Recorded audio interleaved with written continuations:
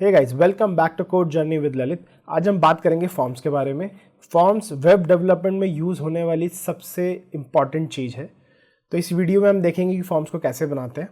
अगर आप चैनल पर नए हैं तो प्लीज़ चैनल को सब्सक्राइब करें, क्योंकि हम लाते रहते हैं वेब डेवलपमेंट से रिलेटेड हेल्पफुल वीडियोज़। तो चलिए शुरू करते हैं।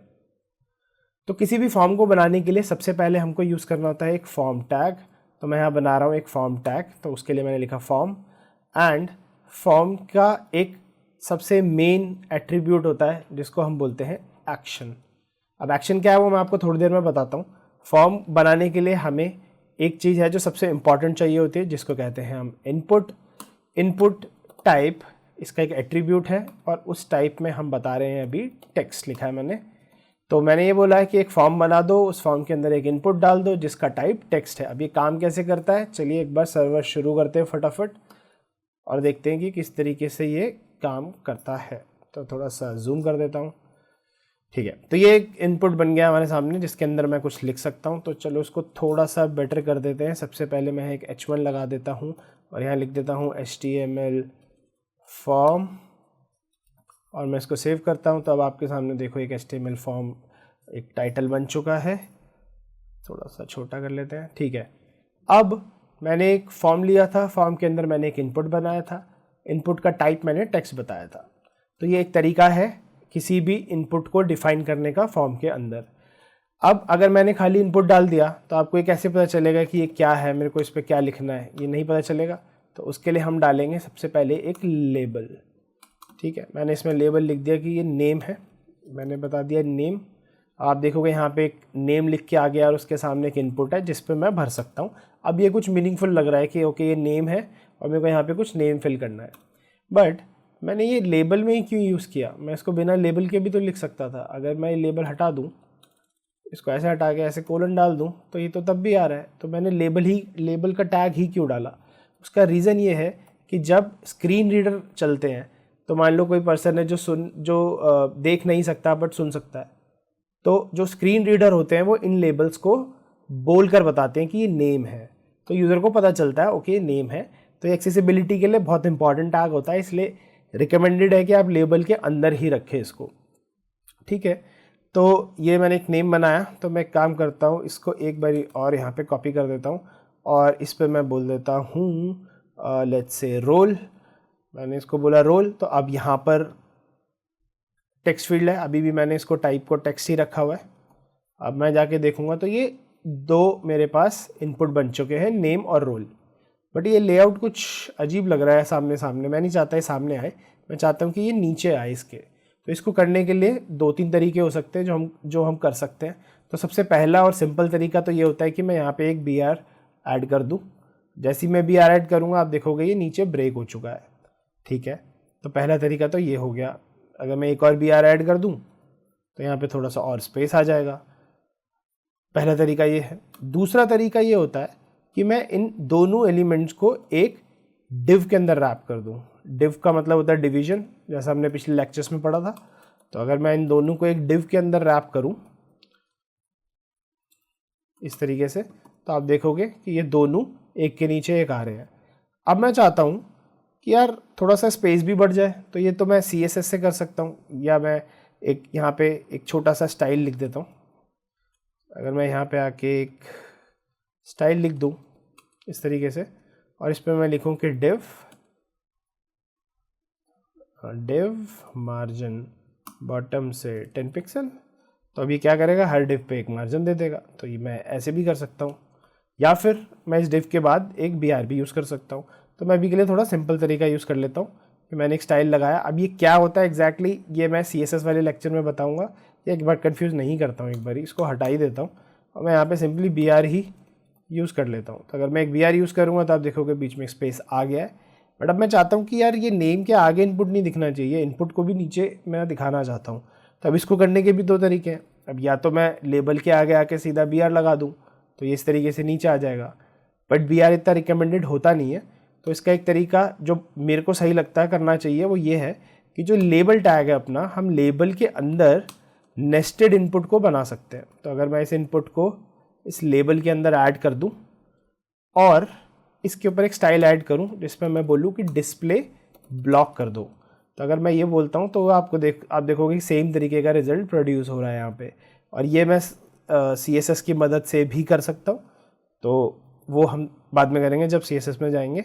तो उससे पहले हम अभी के लिए लेबल को यहाँ कर लेते हैं और इनपुट को मैंने लेबल के अंदर डाल दिया है। और अगेन इसके अंदर भी मैं एक स्टाइल लगा देता हूँ और इसको बोल देता हूँ डिस्प्ले ब्लॉक। तो जैसे मैंने इसको डिस्प्ले ब्लॉक किया तो आप देखोगे अब दोनों एक के नीचे एक आ रहे हैं। तो ये एक और तरीका होता है इसको करने का। तो अभी के लिए हम इसको वापस कर देते हैं जैसा ये था। अभी के लिए हम इसको सामने सामने ही रखेंगे, ठीक है। तो सबसे पहले हम देखेंगे एक एट्रीब्यूट जो इनपुट के अंदर आता है जिसको कहते हैं ID। अब ID हम क्यों यूज़ करते हैं? ID वैसे तो ऑप्शनल है, आप करना चाहो तो करो, नहीं करना चाहो तो आप नहीं भी यूज़ कर सकते, बट रिकमेंडेशन है कि आप इसको यूज़ करो, क्योंकि जब आप आगे बड़े फॉर्म्स बनाओगे तो आपको ID बहुत काम आएगी। तो मैं रिकमेंड करता हूँ कि ID आप यूज़ करो। तो मैं यहाँ पे एक ID डाल देता हूँ, उसका मैं ID दे रहा हूँ नेम। तो जैसे कि मैंने आपको पहले लेक्चर्स में बताया था कि ID आप एक ही डाल सकते हो एक पेज पे, तो वो रूल यहाँ भी अप्लाई होता है कि मैंने इसकी एक ID बताई नेम, ठीक है। मैंने सेव किया, कुछ खास इफेक्ट नहीं पड़ रहा है UI पे, बट मैं चाहता हूँ कि मैं इस इनपुट पे ऐसे क्लिक ना करूँ, तो मैं चाहता हूँ कि मैं इस पर क्लिक करूँ तो यहाँ पे फोकस हो जाए ये। तो इसको करने के लिए लेबल के ऊपर एक एट्रीब्यूट आता है जिसको हम बोलते हैं फॉर। अब जो ये फॉर होता है उसके अंदर हम वो नेम डालते हैं जो हमने ID में लिखा है। जो बेसिकली हमने ID दी है वो हमारा फॉर की वैल्यू है। इससे हम ये बताते हैं कि ये लेबल इस इनपुट के साथ कनेक्टेड है। तो जब भी मैं इस पर क्लिक करूँ तो दैट मीन्स मैं इस इनपुट को फोकस करना चाहता हूँ। तो चलो सेव कर लेते हैं एक बार फटाफट। अब देखो मैं यहाँ पे लेबल पे क्लिक कर रहा हूँ और ये देखो मैं इनपुट पे फोकस हो गया मेरा। अब यहाँ देखो मैं यहाँ क्लिक कर रहा हूँ, यहाँ नहीं हो रहा, बट यहाँ क्लिक किया तो ये फोकस हो गया, ठीक है। तो उसी तरीके से मैं यहाँ पर भी एक बार ID डाल रहा हूँ और यहाँ पे मैं इस बार लिख देता हूँ रोल, और इस लेबल के फॉर पे मैं जाके लिख रहा हूँ रोल। आप देखोगे तो मैं यहाँ क्लिक करूँगा, अब देखो मैं यहाँ पे भी लिख पा रहा हूँ। तो ये तो हो गया फॉर एट्रीब्यूट। इसी तरीके से इनपुट में आता है एक नेम। ये नेम डालना बहुत ज़रूरी होता है, क्योंकि ऐसे सपोज करो कि जब हम इस फॉर्म को सबमिट करेंगे तो ये फॉर्म किसी बैकएंड सर्वर पे जाएगा, या ऐसे मान लो कोई एक PHP फाइल है उसके ऊपर ये जाएगा और उसके ऊपर ये सारा डेटा गेट हो जाएगा, ठीक है। तो उस सर्वर फाइल को कैसे पता चलेगा कि ये वैल्यू किसके लिए है? कि अगर मैंने नेम में मैंने ललित लिख दिया तो उसको कैसे पता कि ये मेरा नेम है या कुछ यह रोल नहीं है, ये कैसे पता चलेगा? उसके लिए हम डिफाइन करते हैं नेम। तो यहाँ पे मैं अगेन लिख दूंगा नेम। अब नेम के अंदर आप ऐसे भी लिख सकते हो, आप कैमल केस पे भी लिख सकते हो। अगर आप नेम ऐसे कुछ लिखना चाहते हो आप ये भी कर सकते हो, आप अंडरस्कोर भी लगा सकते हो, ये वैलिड है। तो मैं अभी के लिए सिंगल वर्ड रख रहा हूँ नेम। तो सेम यहाँ पर भी आके मैं एक नेम नाम का एट्रीब्यूट ऐड कर रहा हूँ, इसको बोलता हूँ मैं रोल, ठीक है। तो आप अगर यहाँ देखोगे तो अभी कुछ खास फ़र्क है नहीं। तो ये बेसिक स्ट्रक्चर का पार्ट है। बेसिक स्ट्रक्चर बनाने के लिए आपको बेसिकली एक लेबल की ज़रूरत पड़ती है और एक इनपुट की ज़रूरत पड़ती है, और इसके लिए आपको ज़रूरत पड़ेगी एक सबमिट बटन की। तो मैं एक और यहाँ पे डिव क्रिएट कर दे रहा हूँ और इस बार मैं लिख रहा हूँ इनपुट टाइप सबमिट। ये मैंने लिखा, तो मैंने इसकी वैल्यू दे दी है सबमिट फॉर्म, ठीक है। एक और चीज़, आपको इस इनपुट के ऊपर ये / लगाने की कोई ज़रूरत नहीं है, आप इसको हटा सकते हो। अगर आप ये लगाते हो तो ये W3C में एरर देता है, तो आपको उसकी कोई ज़रूरत नहीं है। ये इसी तरीके से टैग क्लोज हो जाता है अपने आप, सेल्फ क्लोजिंग टैग है, कुछ लगाने की ज़रूरत नहीं है।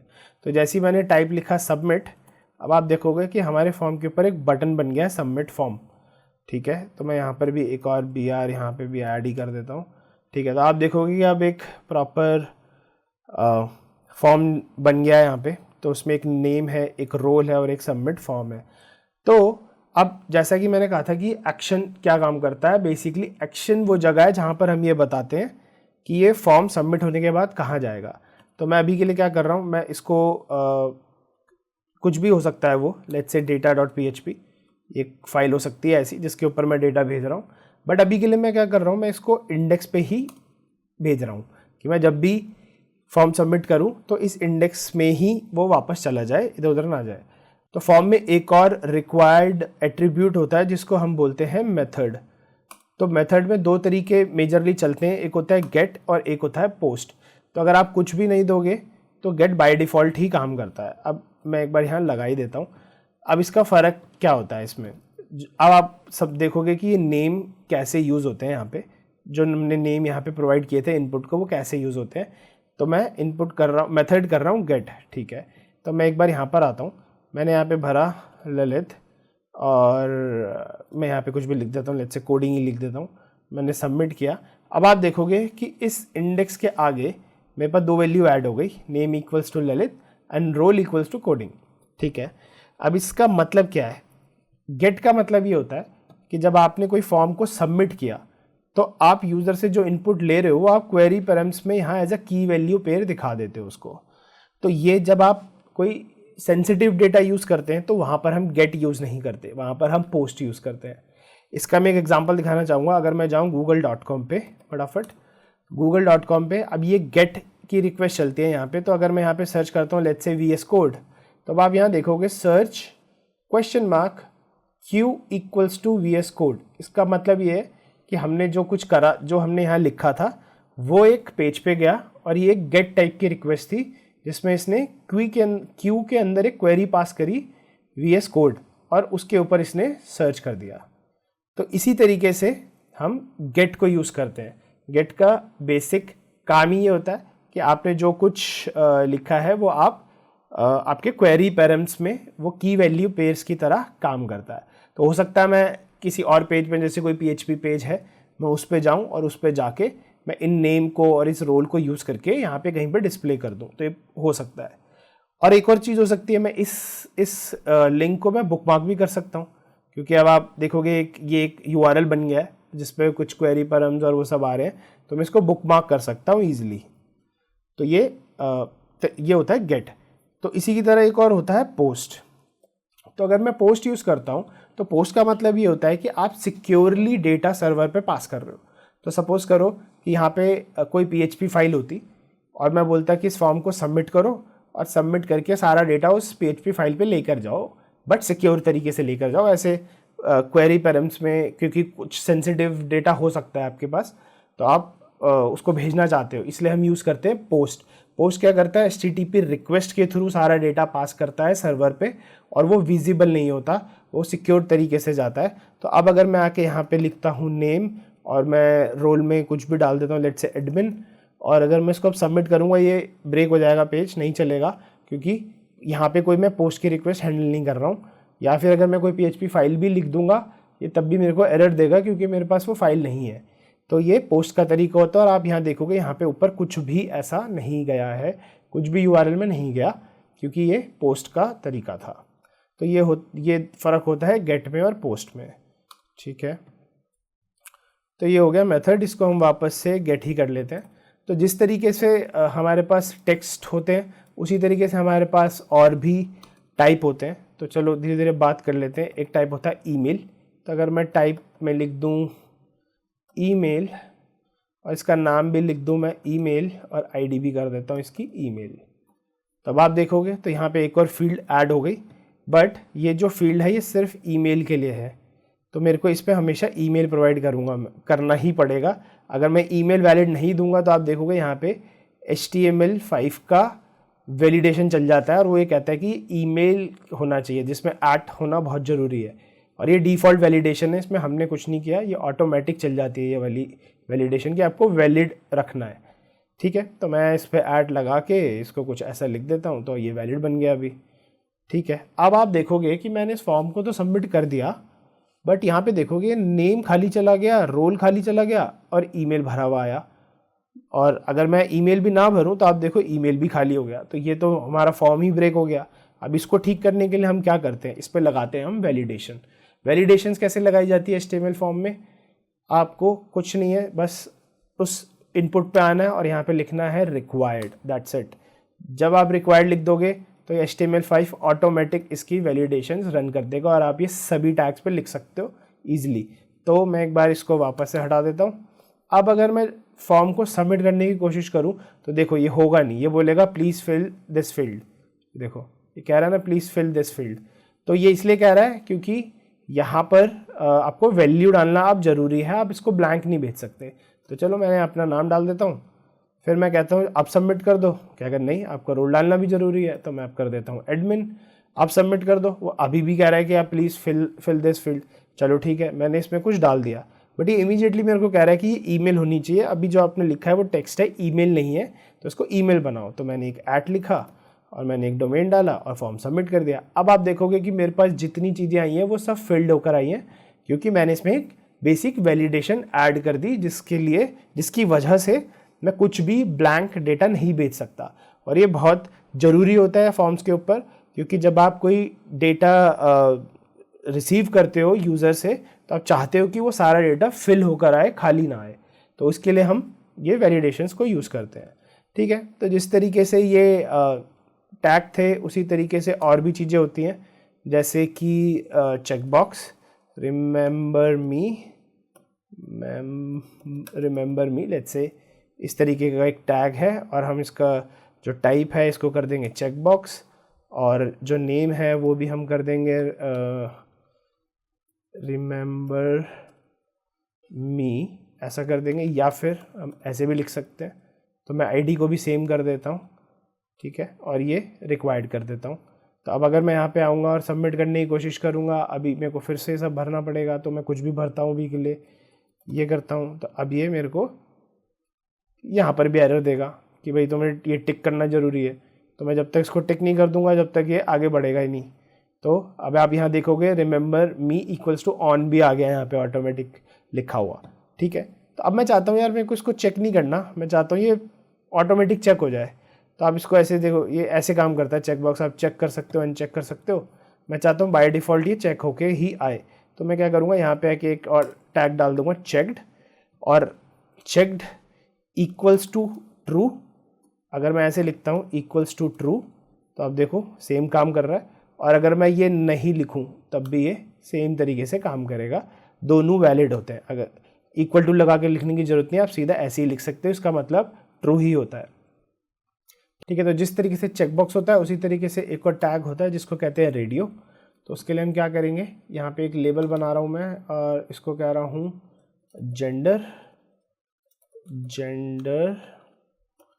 ठीक है। तो ये मैंने एक लेबल बना दिया, इस लेबल के अंदर मैंने एक रेडियो बनाया, टाइप रेडियो है, और इसका नेम है जेंडर, और आईडी है इसकी मेल। तो मैं ये दोनों चीज़ें अभी के लिए हटा देता हूँ, और यहाँ पे एक और मैं लेबल ऐड कर रहा हूँ, लेबल, और इसमें लिख रहा हूँ मेल, और यहाँ पे एक फॉर लिख देता हूँ, फॉर जेंडर, और मैं इसको एक बारी और कॉपी कर रहा हूँ, और इस बार ये लेबल हटा के मैं यहाँ पे लिख रहा हूँ फीमेल, और इसका नाम भी मैं कर रहा हूँ, सॉरी नाम रहेगा जेंडर, इसका मैं आईडी चेंज कर रहा हूँ फीमेल, और यहाँ पर भी मैं कर दूँगा इसको फीमेल। ओके, मैंने एक मिस्टेक कर दिया, यहाँ पे ये जेंडर नहीं, यहाँ पे ये मेल होगा, ठीक है। तो अब मैं देखता हूँ ये कैसा दिख रहा है, ऐसा दिख रहा है। तो अब देखो, ठीक है, तो मैं एक बार यहाँ पे एक BR और मार देता हूँ ताकि आपको ठीक से दिख पाए, ठीक है। तो मैंने बना दिया यहाँ पे एक रेडियो जिसके अंदर दो वैल्यू है, मेल और फीमेल। अब चेकबॉक्स और रेडियो के अंदर फ़र्क ये होता है कि जो चेकबॉक्स होते हैं वो आप मल्टीपल सेलेक्ट कर सकते हो। अगर चेकबॉक्स के अंदर 2 या 3 से ज़्यादा चेक बॉक्सेस है तो आप सबको सिलेक्ट कर सकते हो, बट रेडियो के अंदर ऐसा नहीं होता। रेडियो के अंदर अगर वहाँ पे 2 ऑप्शन है या 3 ऑप्शन है तो आपको उनमें से कोई एक ऑप्शन को सिलेक्ट करना पड़ता है, आप मल्टीपल नहीं कर सकते। तो अगर मैं मेल पे जाके क्लिक करूँगा तो आप देखोगे कि मेल सेलेक्ट हो गया, बट मैं जब फीमेल पे जाके सिलेक्ट करूँगा तो फीमेल सेलेक्ट हो गया।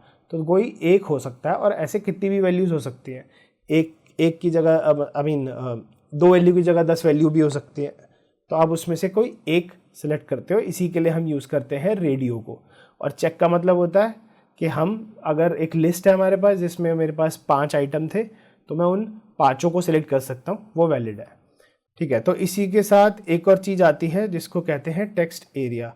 तो चलिए एक बार हम इसको कॉपी कर लेते हैं फिर से, और यहाँ पर अब हम लेट्स से लिखते हैं राइट समथिंग। तो मैंने ये एक लेबल बना दिया, और अब मैं ये इनपुट की जगह पे डालूँगा एक टेक्स्ट एरिया। अब ये टेक्स्ट एरिया क्या होता है? टेक्स्ट एरिया एक जगह होती है जहाँ पर हम, पहले मैं इसकी एक आईडी डाल देता हूँ और इसका नाम लिख देते हैं राइट समथिंग, और इसको फॉर में डाल देते हैं ताकि ये लेबल टेक्स्ट एरिया के साथ कनेक्ट हो जाए।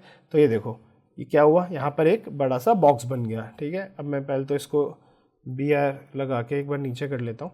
हाँ, तो अब देखो यहाँ पे हो गया ये एक बॉक्स जिसको मैं ऐसे बड़ा छोटा भी कर सकता हूँ।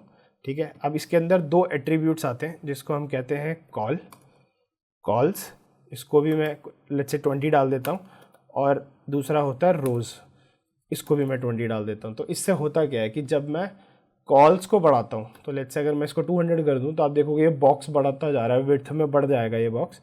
तो लेट्स से मैं इसको कर देता हूँ 50, तो कुछ ऐसा दिख रहा है ये। और ये हाइट, जो रोज़ होती है वो हाइट के लिए काम करते हैं, जो कॉल्स होती है वो विड्थ के लिए काम करता है। तो मैं इसको लेट्स से कर देता हूँ 10। अब ये 10 का मतलब ये है कि आप एक बारी में यहाँ पे 10 लाइनें विजिबल हो जाएगी। तो 1 2 3 4 5 6 7 8 9 10, तो ये 10 लाइनें एक बारी में विजिबल होगी, इसका मतलब ये होता है। तो चलो और छोटा कर देते हैं थोड़ा सा, इसको कर देते हैं 6। तो अब एक समय पे 6 लाइन्स ही विजिबल होगी यहाँ पर। ठीक है, तो ये हम इसलिए यूज़ करते हैं जब हम यूज़र से कोई बड़ा पैराग्राफ एक्सपेक्ट करते हैं डालने के लिए, कि मान लो उसको अपने बारे में कुछ लिखना है या कोई एक बहुत ही बड़ा पैराग्राफ डालना है, तो उसके लिए हम यूज़ करते हैं इस टेक्स्ट एरिया को। तो आप देखोगे इसमें बाय डिफ़ॉल्ट एक ये बिहेवियर होता है कि आप इसको ऐसे छोटा बड़ा भी कर सकते हो, तो आप इसको ईजिली फिक्स कर सकते हो। तो अगर मैं यहाँ पे आके एक स्टाइल टैग ऐड करता हूँ, इसमें बोलता हूँ रीसाइज नन, तो ये वो हट जाएगा। ये जितना कॉल आपने दिया था, जितना रो आपने दिया था, ये उसी के अंदर चलता रहेगा। ठीक है, तो जिस तरीके से ये सब है, वैसे ही हमारे पास एक और टाइप होता है जिसको हम बोलते हैं पासवर्ड। अब ये पासवर्ड क्या होता है? पासवर्ड बेसिकली आपकी जो वैल्यू होती है उसको हिडन करके रखता है। तो आपने देखा होगा जब आप कोई फॉर्म यूज़ करते हो तो उसके अंदर यूज़र नेम पासवर्ड आता है। तो पासवर्ड क्या होता है? जब भी मैं इस पर कुछ लिखूंगा ये इसको हाइड कर देगा, बिल्कुल ऐसे डॉट्स बना देगा, सर्कल जैसे बना देगा। ये इसलिए होता है ताकि जब आप पासवर्ड डालो तो वो वैल्यूज़ को हिडन करके रख ले और ये सबको विजिबल ना हो, इसके लिए हम पासवर्ड को यूज़ करते हैं। ठीक है, तो जैसे हमने ये सब देखा, इसी तरीके से एक और बहुत इंपॉर्टेंट चीज़ है जो HTML में यूज़ होती है। देखो बहुत सारे टाइप है HTML के अंदर, इनपुट में इतने सारे टाइप है कि आप बहुत सारे टाइप यूज़ कर सकते हो। तो मेरे को अभी जो जो याद आ रहा है मैं आपको वो बताता जा रहा हूँ। तो यहाँ पे एक और तरीका होता है, एक और टैग होता है जिसको हम बोलते हैं सिलेक्ट। तो लेट्स से मैंने यहाँ पे लिख दिया सिलेक्ट, तो अभी के लिए मैं ये फॉर भी हटा देता हूँ और मैं ये इनपुट भी हटा देता हूँ। अब एक और टैग होता है जिसको हम कहते हैं सिलेक्ट। ये सिलेक्ट टैग होता है, इसके अंदर हम लिखते हैं ऑप्शंस। तो ये तरीका होता है सिलेक्ट को लिखने का कि आपने टैग बनाया सिलेक्ट, उसके अंदर लिखा ऑप्शन, और हम यहाँ पे बोल रहे हैं लेट्स से ऑप्शन 1, मैं इसको और कॉपी कर सकता हूँ, ऑप्शन 2 मैं इसको और कॉपी कर सकता हूँ, ऑप्शन 3। तो ये भी एक तरीके से रेडियो की तरह ही काम करता है कि आप देखोगे ये सिलेक्ट आ गया। एक बार BR लगा देता हूँ यहाँ पे, तो एक BR मैंने यहाँ पे लगा दिया। अब आप देखोगे कि ये भी सेम रेडियो की तरह काम करता है। जैसे मैं यहाँ पे एक सिलेक्ट कर पा रहा था, उसी तरीके से मैं यहाँ पर भी एक ही सिलेक्ट कर पा रहा हूँ। बट फ़र्क इतना है कि ये इनिशियली बंद होता है, जब आप इस पर क्लिक करते हो तो ये एक ऐसा एक पॉपअप जैसा खुलता है, और आप इस पर जब क्लिक करते हो तो वो वैल्यू सेलेक्ट हो जाती है, तो इसको बोलते हैं सेलेक्ट। अब अगर मैं चाहूँ कि मेरे को ऐसा लगता है कि नहीं सिंगल नहीं, मेरे को इस पर मल्टीपल वैल्यू सेलेक्ट करनी है, तो उसके करने के लिए मैं क्या करूँगा, सिलेक्ट पे जाऊँगा और यहाँ पे लिखूँगा मल्टीपल ट्रू। बस इतना लिख देने से क्या होगा कि ये इसका UI ऐसा हो जाएगा। अब मैं यहाँ पे इसको मल्टीपल सेलेक्ट कर सकता हूँ, ये देखो सिलेक्ट हो रहा है ना मल्टीपल, तो ये मैं इस पर कर सकता हूँ, मल्टीपल सेलेक्ट कर सकता हूँ। ठीक है, ये एक सेलेक्ट टैग होता है, ये भी बहुत यूज़ होता है HTML के अंदर। तो ये आपको बहुत काम आने वाला है जब आप बड़े फॉर्म्स बनाओगे, ये बहुत ज़रूरी चीज़ है। तो अभी के लिए मैं इसमें से मल्टीपल हटा देता हूँ, और अगेन आप इसके अंदर नेम और ID दोनों चीज़ें फिर से दे सकते हो। इवन आप किसी भी टैग के ऊपर स्टाइल भी दे सकते हो अगर आपको देना है, तो वो भी सब वैलिड है।